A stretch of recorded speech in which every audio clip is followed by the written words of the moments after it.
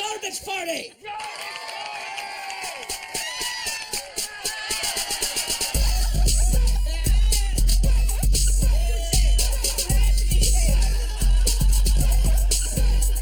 I come back to this city a lot. It's my home city. From here. If you think about this, the dynamics of this city, I mean, comedy is something that fits. It's just never really had a scene until now.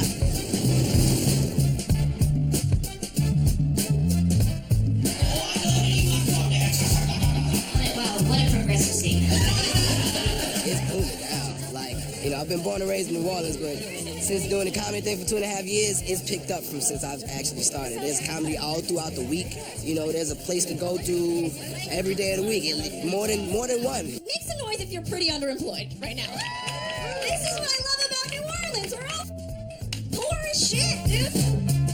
I love New Orleans because it is a place that prioritizes happiness. Like, everyone is just so happy all the time. Everyone's a little fat and a little drunk and a little underemployed, and it's okay. What sets New Orleans apart as a comedy scene is the same thing that sets the city apart as a city. It's more of a gritty place. You know, it doesn't fully have its shit together. The city has like a unique flaw to it, which is what comedy truly is. It's highlighting the flaw of humanity so where we can all laugh about it, accept it, and move past it. I'm Jeffrey Gaucher. We're in Gentilly in New Orleans. This is my house. Neighborhood's pretty quiet, pretty chill, relatively safe. Most of the murders happen in a 5-block radius away from my house, so not right here, which is good. Yeah, so we're gonna do a comedy show here. I do it every so often. It's called Garbage Party. Just whenever I have time, throw a party, have some comics, and we just, you know, put on a show in my backyard, and it's super fun. People rage till 4 or 5 o'clock in the morning.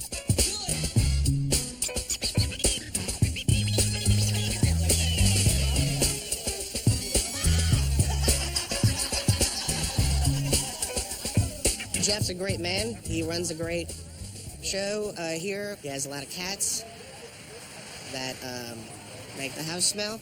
And then we have the cat room, where they're living right now, and it smells like cat shit and piss all of the time. It's gross. Yeah, so this was an office kind of thing for a while, but then I got the cats. That's Rory, named for Rory from Doctor Who, and that's Fred. That was just his name when I got him, and it just seemed like that would be his name.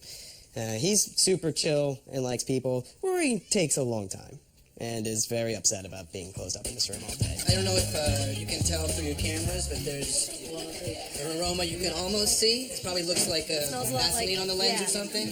The reason our skin looks so soft is because there's a waft of expired cat urine. No one's eating inside, and it makes sense. No. Will you help me decide which jokes about Jeff's house sound like pee I should do? Tell me your tops. Okay, the only thing getting wet in Jeff's house is his couch after his cat pisses on it. Usually when someone says the guy smells like pussy, it's a good thing. Jeff's place really makes you wonder, which came first, the sad divorce or the house stinking with cat piss? They're all equally cutting and true. Come get in here. Oh my god. They're just so content. It stinks. You're living in your own filth, but it's cute. You can get away with it.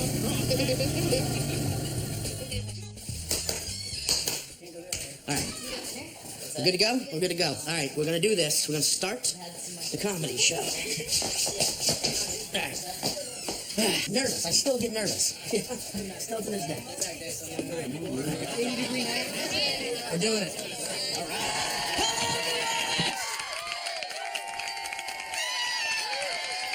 Yeah! Please welcome the one and only Andrew Paul, ladies and gentlemen. I got a cricket phone because I'm a poor person. I got a cricket phone. 2 things to know about cricket phones. They only work on speaker, and you can only charge them by riding the bus. That's a cricket phone. One fun feature they don't advertise on cricket phone is if a bill collector calls you, caller ID does not come up. It just goes, nuh-uh. It's like, okay. I will not be answering the phone then. Have you guys seen the movie Paranormal Activity? It's about this demon that terrorizes this entire family. You can't see the demon, though. You can just see what the demon does, what he touches, what he moves around the house. I want to see what the demon looks like. I want to see his mannerisms. So, I'm going to act out for you guys what the demon would look like if you could see him in the movie, the film, Paranormal Activity. Okay? This is not it. But it could be.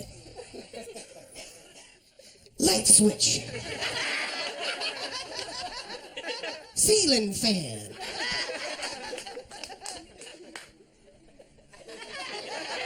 Yellow pages.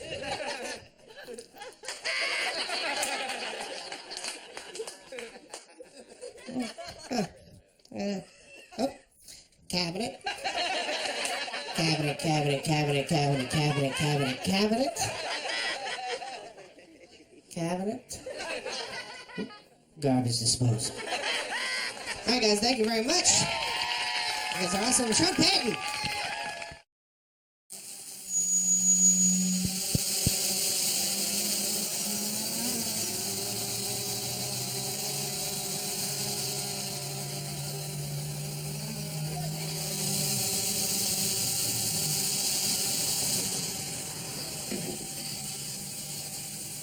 What else can we talk about?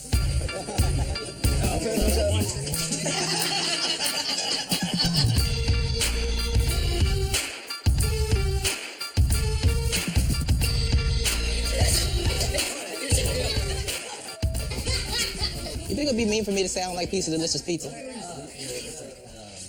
How do you, I mean, it's like, you can feel ambivalent about it, but like, all pizza is good. I don't like it because it's not good, it's always old, and it's also part of the gentrification process, which is moving black people out of the bywater.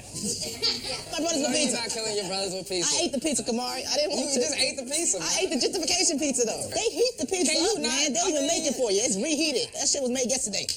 You sure? No, but all right, you're not sure. I can slander, though. That's part of my job. That's how you get It's the sued. slander. What they gonna take from me? My jacket? That's all I got. It's my most worldly possession right here. I'm 25. It's weird being 25. It's a weird generation. Like, every time, I think my generation sucks because, like, we don't have anything at all. Like, look, I'm in college. Like, it's mainly because old people won't die so we can get their jobs. Old people are living so long. And all we can do is give them food so they can live. Every time I go to a restaurant, I just see one of my friends, like, just serving me food, and I'm like, oh, damn. You ever feel like you feel guilty when you go to, like, the Panera Bread and you see the person you went to high school with and they went to college to be a psychiatrist, and you be like, she's not a psychiatrist at all. That is some good bread she served. That's some very good bread. It's very helpful. She's still helpful to our community, but she is not helping mental health as much. It occurred to me recently, like, how scary it is. Just how quickly I would have joined the Army in high school had they told me I was pretty one time.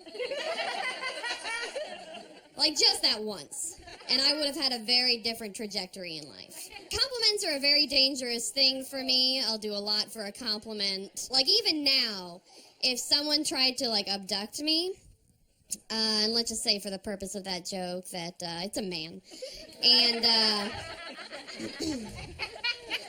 And like before he snatched me, he was like, hey, I love how I can't see your forehead through your bangs. I'd be like, what?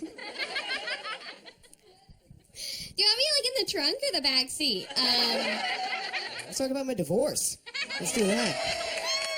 My divorce. The reason I have this big bad boy of a house, I don't know. Sometimes you just know, when you find somebody, and sometimes you just guess. And I guessed very wrongly. If I had to describe the marriage, I guess I would say it was like an M. Night Shyamalan movie, because I was like really excited about it before it started.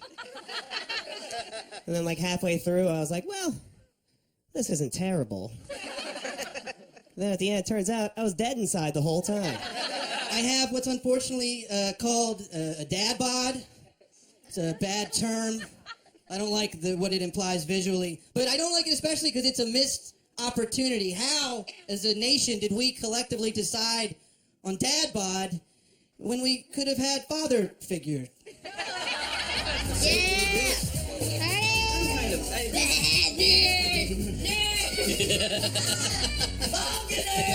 Dude, parties are nothing without conflict. Everybody knows this. Nerds! If you're over the age of 50, I'm going to interrupt you any chance I get.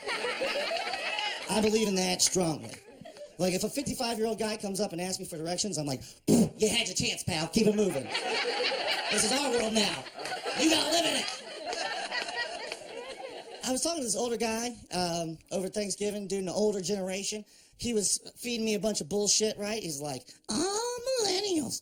Oh, you millennials. Oh, you're just concerned about your personal brand. All you care about is protecting your personal brand.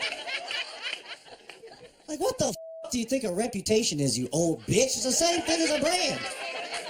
You know why Genghis Khan had to kill everybody in the village? To get that Mongol brand out there, you guys. To get that shit to ring large. Machiavelli, pretty strong brand, if you ask me. Got his own damn word now. That's strong. When Tupac changed his name to Machiavelli, people weren't thinking about Tupac anymore. They were like, he must have faked his death because of the Machiavelli stuff. That's how strong the brand was. It carried over to Tupac. It erased Tupac and became Machiavelli, you guys. That doesn't happen for everybody. That can't happen for Socrates. Socrates don't have that kind of branding. What, your favorite rapper's going to change his name to Socrates? Oh, what's going to ask more questions now? Please. Please. Keep it to yourself. My uncle tried to convince me that he pulled off the popcorn trick in the 70s. If you don't know what the popcorn trick is, I'll enlighten you. It's when a man takes a woman on a date to the movie theater and somehow, without anyone seeing it happen, he gets his dick into that popcorn bucket. No one saw it happen. It's just in there now. Like a leopard waiting to pounce. And the woman, oblivious to that all, is just chowing down that free popcorn, right? Just free popcorn. Let me get my fill. And then eventually, oh, what is that? Oh my God, is that a dick? Look, ladies, you know, a penis is a gift in any context, right? Doesn't matter what the situation. If there's a hard dick, you're gonna have to jerk that thing off. Even if it's during American Sniper. Take the shot!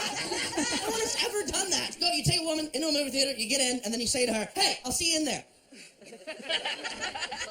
And then you rush to the concession stand and you buy some popcorn. You probably buy a small. Even a small is like 8 inches. You don't have 8 inches. Otherwise you would need to trick women into giving you hand jobs. And now what? You got that night, you're not gonna just right there while people are like eyeing down snow caps and shit. You have to go into the bathroom, I imagine, and just jam a hole. Get a nice hole in the bottom of that bucket, and then thrust your rock hard cock. Let's just go ahead and address that right now. You have to have an erection to pull this off. You can't successfully wiggle a limp penis. You have to have the type of erection you would have the morning after losing a beer pong competition. Like, just, like, thrust it into popcorn, mind you. Sharp, salty popcorn. Hope you buttered that up nice. Hope you buttered that up real nice. And now, here's where I really start to get curious. Now you're in. Now get from the bathroom stall to the movie theater without everyone noticing that you're balls deep in a goddamn snack food. Oh, look at those movie posters. And for what? To sit down next to your date and hope that she likes popcorn. Aha, popcorn. Oh no, I don't like popcorn. What do you mean? It's popcorn. It's so good.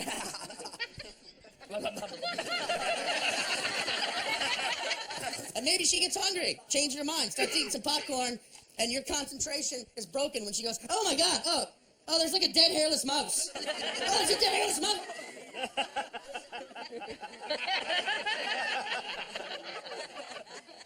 What the fuck? She should run. I hope she doesn't. I hope she rips the bucket off just to laugh. Look at it, your Quasimodo penis.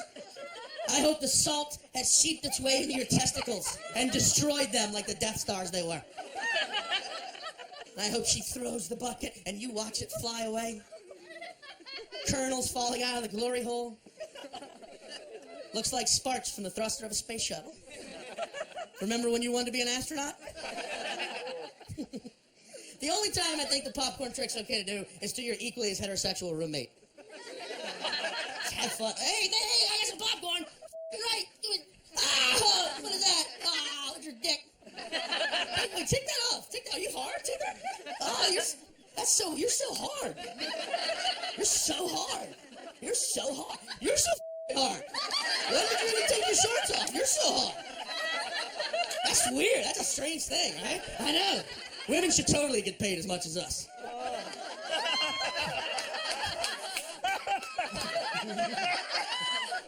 You dude. Nah, I'm not gonna come. I'm not gonna come. You. I'm not gonna come. No, I'm not gonna come first. You're gonna come first. You're not. I'm gonna come. No, you're gonna. That's your cum noise? Seriously? That's the sound you make? What's your cum noise? I don't know. I did it stupid too.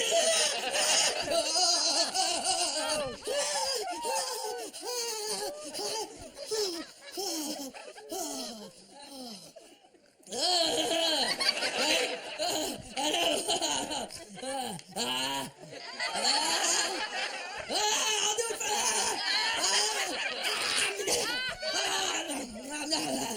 That's like bleach. Was that gay? No, man. I was just human.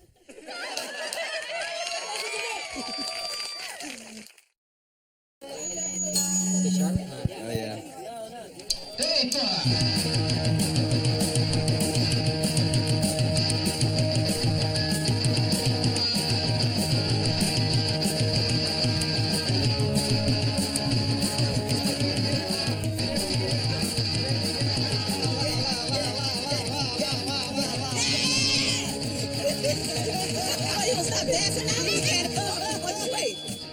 I live in a 9th ward. I had a lady deliver pizza to me the other day. She wanted me to walk her back to her car.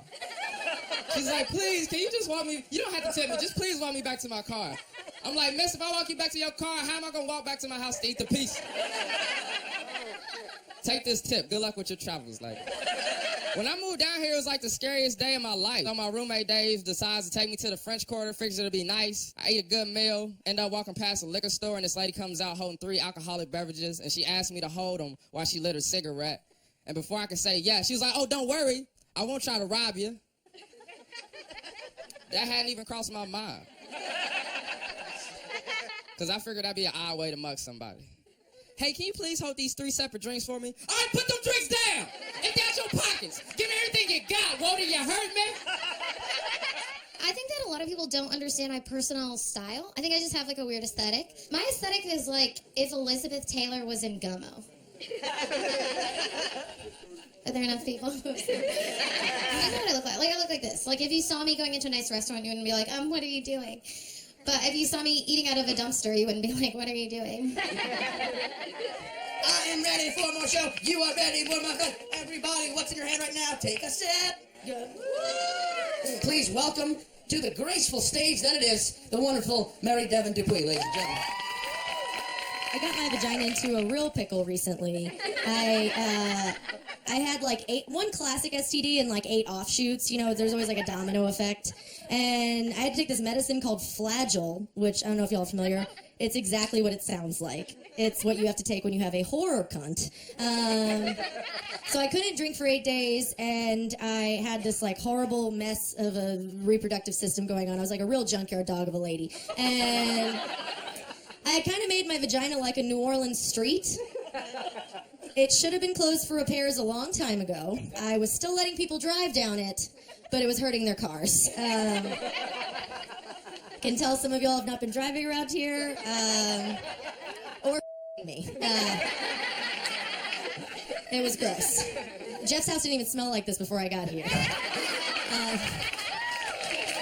has been Garbage Party. Thank you, New Orleans.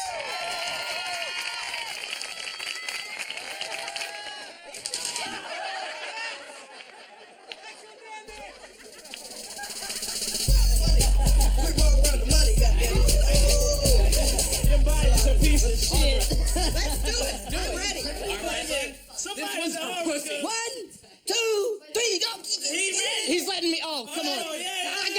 I got you, old man. This is why you shit blood.